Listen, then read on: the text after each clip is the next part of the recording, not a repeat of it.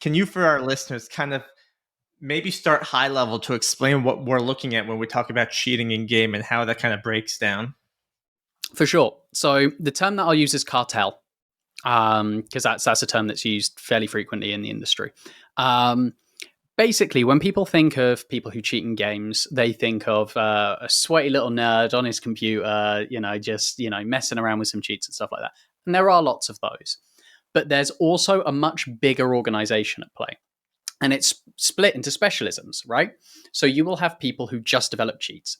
You will have people who then just use some of the best developed cheats with very sophisticated, expensive setups. So they can be running two computers and they can use something called DMA, direct memory access, to connect the two to make the cheat harder to detect. They'll then play with these cheats to be able to either kill other players, to boost accounts, to get items that they can sell for in-game currency.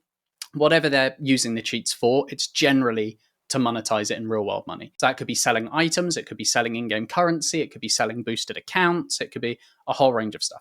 So you have the people that make the cheats, you have then the people who play with the cheats in order to RMT, real money trade. You also then get people who crack accounts. So this could be that they're either sending out phishing campaigns, they could be socially engineering. There's been some sophisticated links where people will click a link that looks legitimate. And what it'll do is it'll send the link to all of the friends list, and then it'll actually scrape the account details. So and it'll spread like that. They basically harvest these account details and they'll sell them to the people who cheat. So the people who cheat are buying the cheats and they're buying the account details. They're then playing with these burnt accounts, these cracked accounts, to real money trade to make their profit. And if they get caught, they just copy and paste in details. Next one, copy and paste in details. Next one, copy and paste in details. Next one.